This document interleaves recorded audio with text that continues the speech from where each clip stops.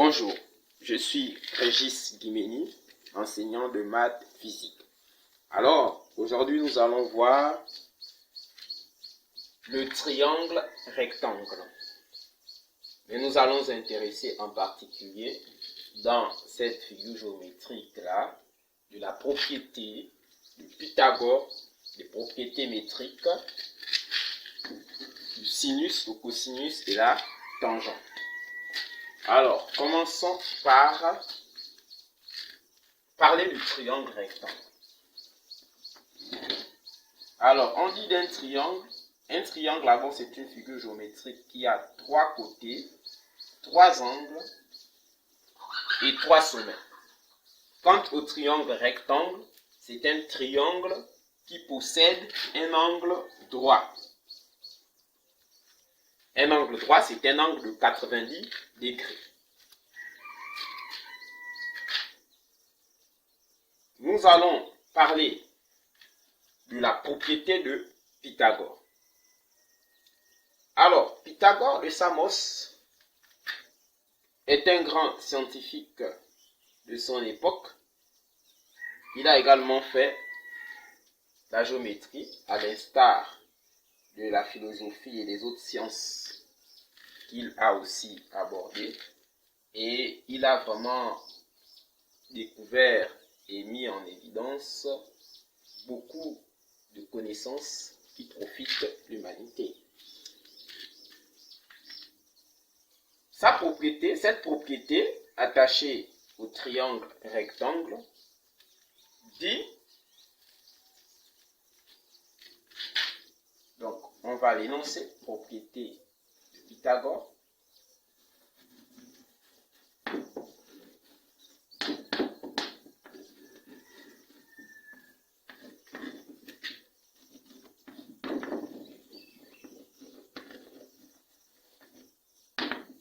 Alors, cette propriété dit quoi? Cette propriété dit que dans un triangle rectangle,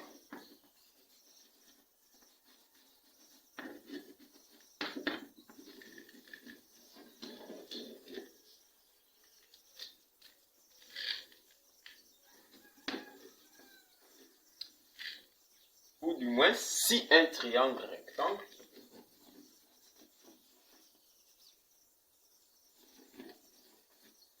dans un triangle rectangle, ou bien si un triangle est rectangle, le côté, donc le carré, on va dire, de son hypoténuse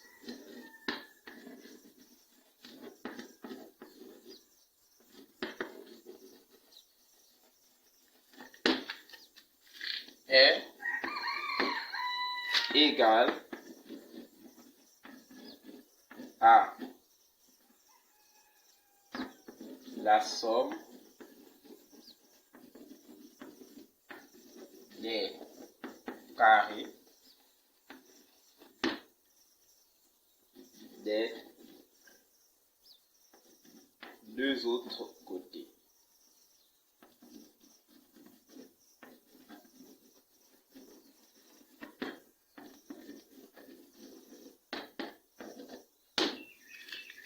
Voilà. Soit le triangle ABC,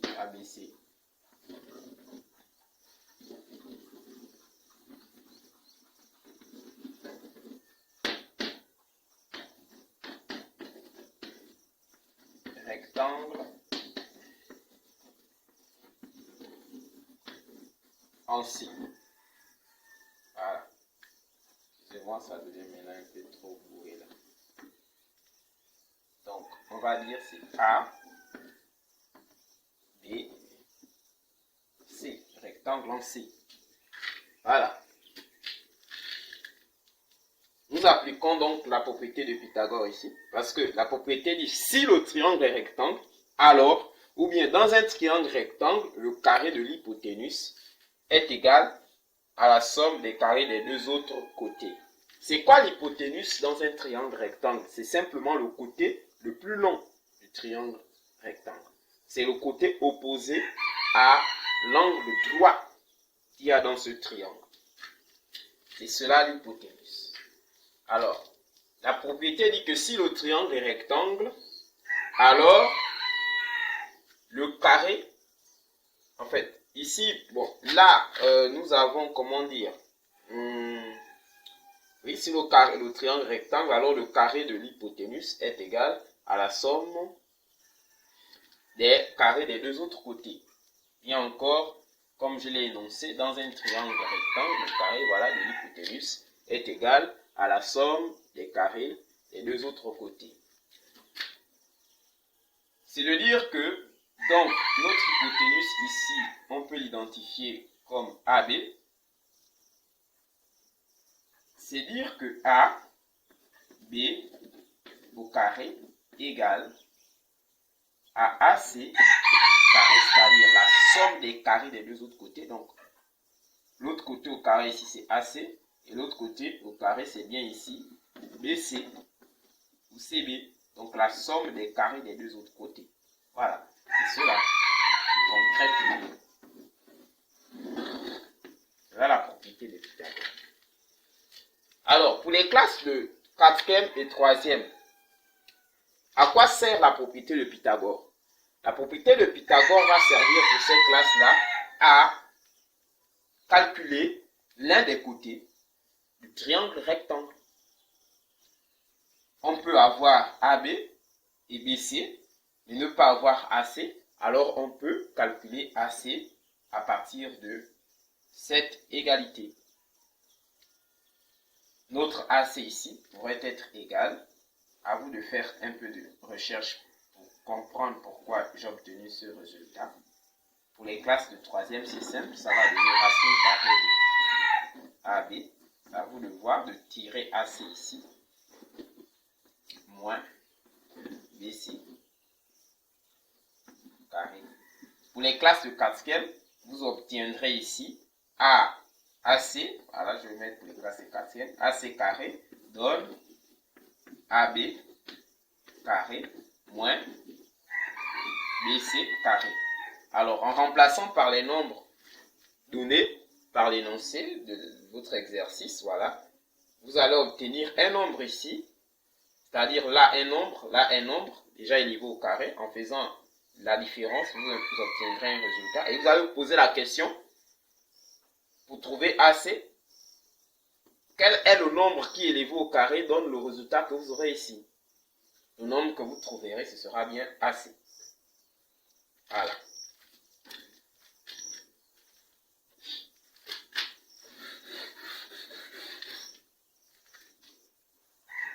Tout ça là, c'est un peu embrouillé. Ce qui est mieux, c'est de prendre un exercice dans un livre et de le traiter, de le résoudre pour mieux comprendre. Et si vous ne comprenez pas, vous me laisserez des commentaires afin que je prenne quelques exemples d'exercices pour appliquer cette propriété de Pythagore. Nous allons maintenant parler de la propriété réciproque. La propriété réciproque de Pythagore. Propriété réciproque.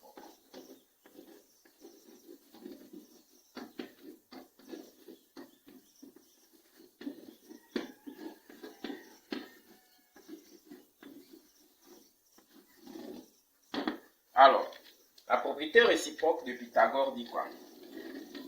Cette propriété nous dit que dans un triangle, là on s'intéresse au triangle simplement, on ne connaît pas la nature du triangle, on dit dans un triangle,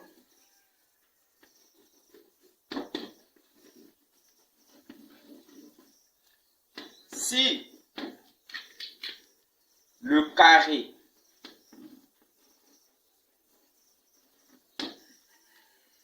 d'un côté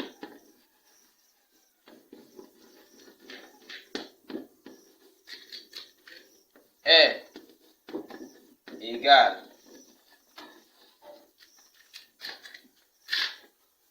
à la somme des carrés des deux autres côtés,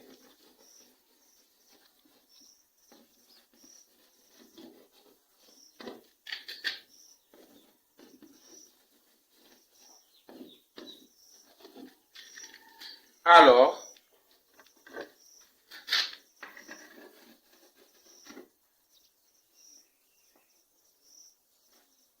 ce triangle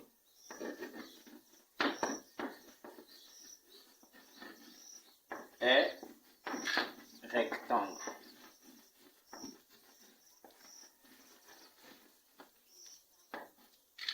Est rectangle. Voilà, c'est ce que dit la propriété réciproque de Pythagore. Alors, dans un triangle, on ne précise pas lequel, si le carré d'un côté est égal à la somme des carrés des deux autres côtés, alors ce triangle est rectangle, simplement. Je vais revenir ici pour expliquer à quoi sert cette propriété. Cette propriété sert à quoi? Ça sert à pouvoir démontrer qu'un triangle est rectangle. Justifier qu'un triangle est rectangle. Prouver qu'un triangle est rectangle. Comment? Nous avons un triangle ABC quelconque. Voilà. Ben, c'est parce que je dis quelconque parce qu'on ne connaît pas encore sa nature. Et qu'on nous dise par exemple que AC carré est égal à AB carré plus BC carré. Un exemple. À partir de l'égalité obtenue, on peut connaître ici que ce triangle-là est rectangle. Pourquoi? Parce que nous voyons que l'un des côtés, le carré de l'un des côtés est égal à la somme des carrés des deux autres côtés. Mais en quel point ce triangle est rectangle? À partir également de cette égalité, on peut définir le point qui est le sommet de l'angle droit. Venez ici. Vous allez remarquer que le sommet de l'angle qui porte l'angle droit ici, donc de l'angle droit ici, est le sommet C. Alors, comment l'identifier dans l'égalité? Vous allez remarquer que c'est le point qui se répète dans la somme des carrés des deux autres côtés. Et c'est le point qui est absent dans le carré du premier côté, donc du côté qu'on considère comme étant l'hypoténuse ici. Alors, pour cette égalité, nous avons déjà identifié donc le sommet qui a l'angle droit, c'est bien le sommet B. Alors, si je construisais mon triangle rectangle, supposons que c'est ça, donc je vais mettre déjà mon sommet B ici. Maintenant, en fonction des valeurs, c'est-à-dire si AB est inférieur à, on va dire, si AB est inférieur à BC, on comprend que notre A sera ici et notre C sera ici. Voilà. Donc, rien qu'avec des nombres, sans avoir le triangle rectangle, rien qu'avec des nombres qu'on nous donne, c'est-à-dire les valeurs des côtés qu'on va nous donner, on peut vérifier si c'est un triangle rectangle. C'est à ça que sert cette propriété réciproque. Ça, c'est pour ce qui concerne les classes de 4e et 3e. Mais si on va plus loin en entreprise, ces deux propriétés aident beaucoup dans le bâtiment, par exemple, construire des bâtiments, construire des monuments. On peut faire plusieurs usages de ces propriétés. Et dans les classes qui suivront, il y a encore beaucoup d'autres propriétés, beaucoup d'autres théorèmes, on va dire, mathématiques, qui dépendent de ces propriétés-là. Donc ça, c'est juste une présentation, une base, on va dire un b.a.-ba qui est donné. Et c'est déjà à retenir si on veut surtout poursuivre les études en mathématiques. Nous allons finir par parler du cosinus, du sinus, voilà, et de la tangente.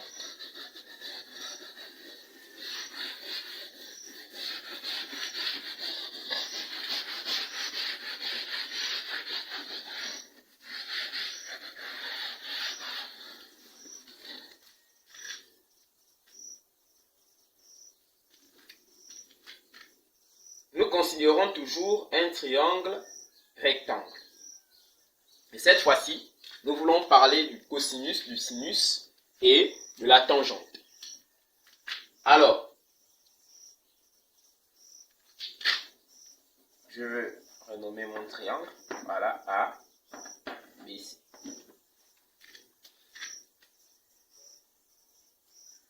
Ici, il faut identifier l'hypoténuse. L'hypoténuse ici, c'est le côté BC. Alors, le sommet de l'angle droit ici, c'est bien le point A. Nous allons considérer un angle dans ce triangle qui n'est pas l'angle droit, l'angle en C. Alors, dans un triangle rectangle, lorsque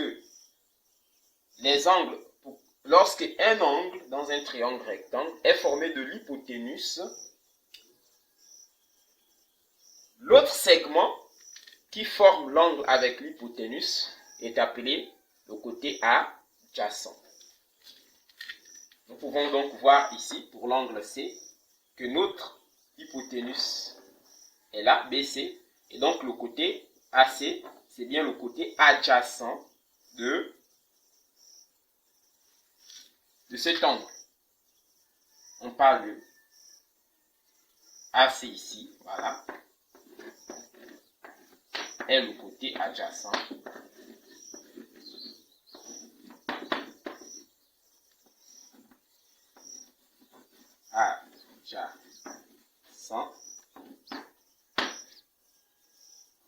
il y a S ici, si je ne m'abuse, adjacent de l'angle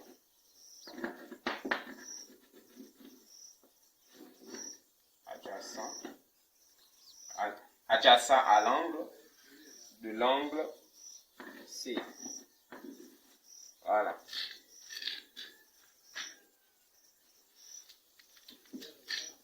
Si nous prenons l'angle B ici, nous verrons donc que puisque l'hypoténuse ici c'est BC, dans notre côté adjacent ici sera bien le côté AB. C'est cela. Si nous prenons l'angle en A, alors ni AC ni AB n'est l'hypoténuse. Alors l'angle en A ici n'a pas le côté adjacent. Parlons du côté opposé à l'angle.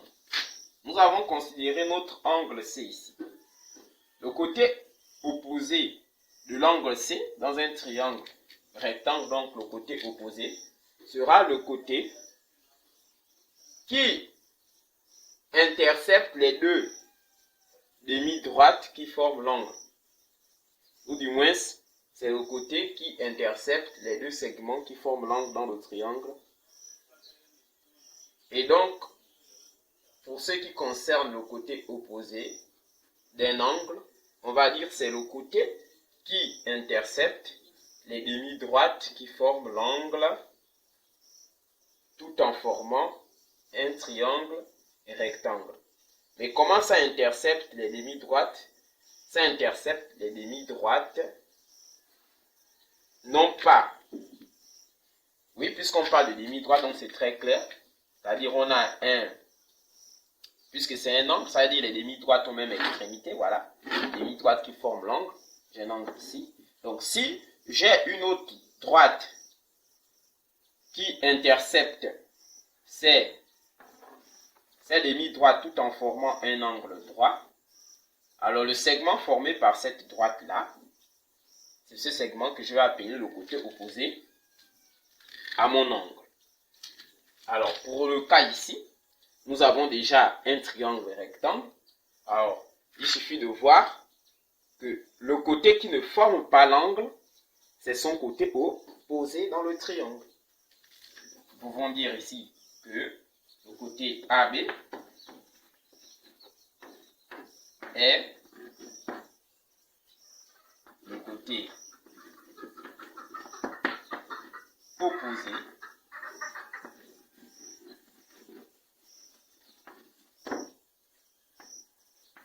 de l'angle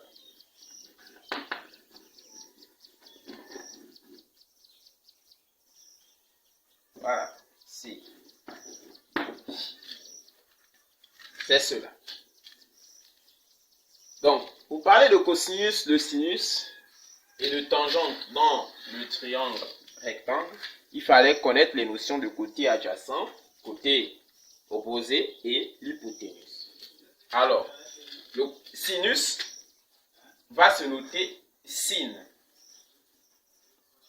Alors, si je cherche le sinus donc de l'angle C, ce sera égal à quoi ici? Je vais rappeler ici quelque chose. Le côté opposé à l'angle A, c'est bien le côté BC. Et le côté opposé à l'angle B, ce sera bien le côté AC. Voilà. Donc, sinus de l'angle C, ce sera égal donc, je vais abréger. Je vais appeler ici le côté adjacent C.H. Voilà. Et le côté opposé, je vais l'appeler C.O. Voilà. Donc le sinus, ce sera égal à quoi? Ce sera égal à côté opposé sur l'hypoténuse. Je vais l'abréger, H hypoténuse, comme hypoténuse. Alors, le cosinus, voyez bien comment je note, l'angle se met toujours entre les parenthèses. Si c'était 30 degrés, entre les parenthèses, on mettrait ici 30 degrés. C'est cela. Je vais appeler cos de C égale donc au côté adjacent sur l'hypoténuse et la tangente de C, ce sera égal ici au côté opposé sur le côté adjacent. Voilà. À quoi nous servent ces éléments mathématiques? Ce sont des éléments trigonométriques qui vont aider à faire un grand nombre de calculs, à manipuler beaucoup des données mathématiques, et c'est vraiment profitable parce que on commence à voir ça à partir des classes du premier cycle et on développe ça au second cycle, et ça sert beaucoup plus quand nous sommes à l'université parce que là-bas on va parler des rotations, etc. Voilà. Je ne veux pas dire plus, vous allez découvrir peu à peu. Voilà. Donc, nous pouvons avoir également une autre expression de la tangente. La tangente de l'angle C peut être également le sinus de l'angle C sur le cosinus de l'angle C. Alors, ça c'est deux montres, hein. Et si vous essayez de chercher la démonstration, vous ne trouvez pas, vous pouvez laisser un commentaire afin que je fasse une autre vidéo sur la démonstration de cette égalité, cette autre égalité, cette autre expression de la tangente. Voilà. Donc, je vous invite à traiter certains exercices. Et si les exercices vous embêtent, vous pouvez laisser les commentaires également. Voilà. J'espère que vous avez bien compris les notions de cosinus, sinus, tangente. Merci.